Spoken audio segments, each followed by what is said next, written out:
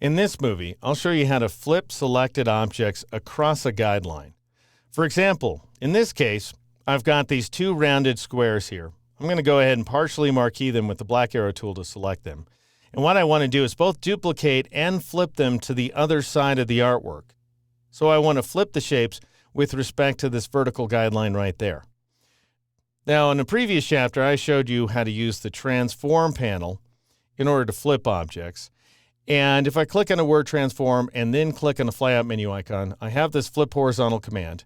And by virtue of the fact that I've selected this right-hand point inside the reference point matrix, I will go ahead and flip the objects around their right-hand edge. That doesn't do me any good. I want to flip them way over here to the other side of the artwork. For that purpose, the transform panel is not going to help you. So rather than transforming from a panel, what you want to do instead is transform using a dedicated tool. So I'm going to press Control-Z or Command-Z on a Mac to undo that change.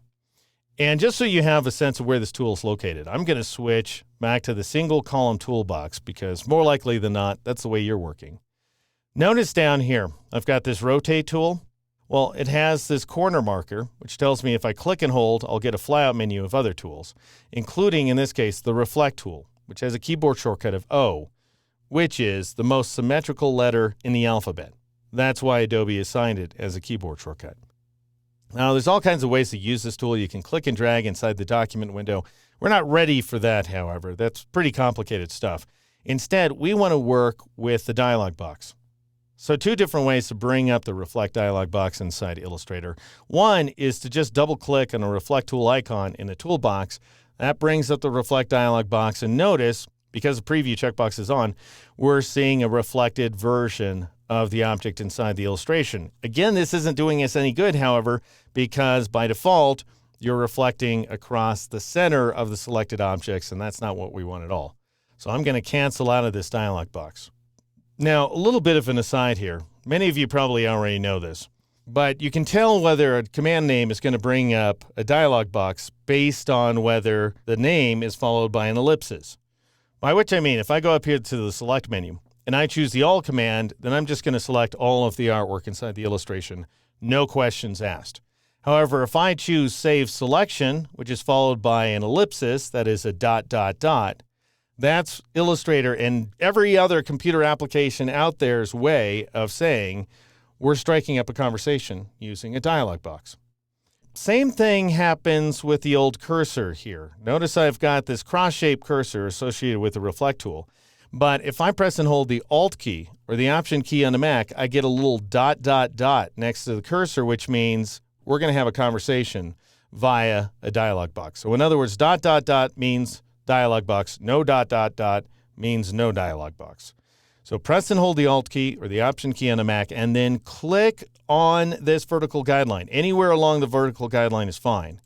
And that brings up the Reflect dialog box. And you can see that by default, I've gone ahead and flipped these shapes to the other side of the artwork.